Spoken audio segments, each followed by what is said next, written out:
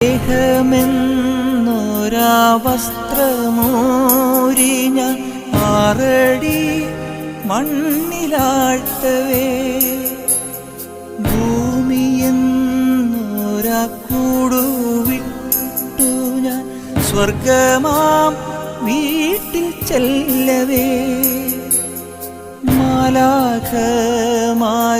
ദൂതരും മാറി മാറി പുണർന്നു പോ,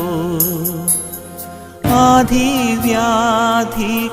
അന്യമായി കർത്താവേ ജന്മം ധന്യമായി, പോകുന്നേ ഞാനും എൻ ഗൃഹം തേടി ദൈവത്തോടൊത്തു.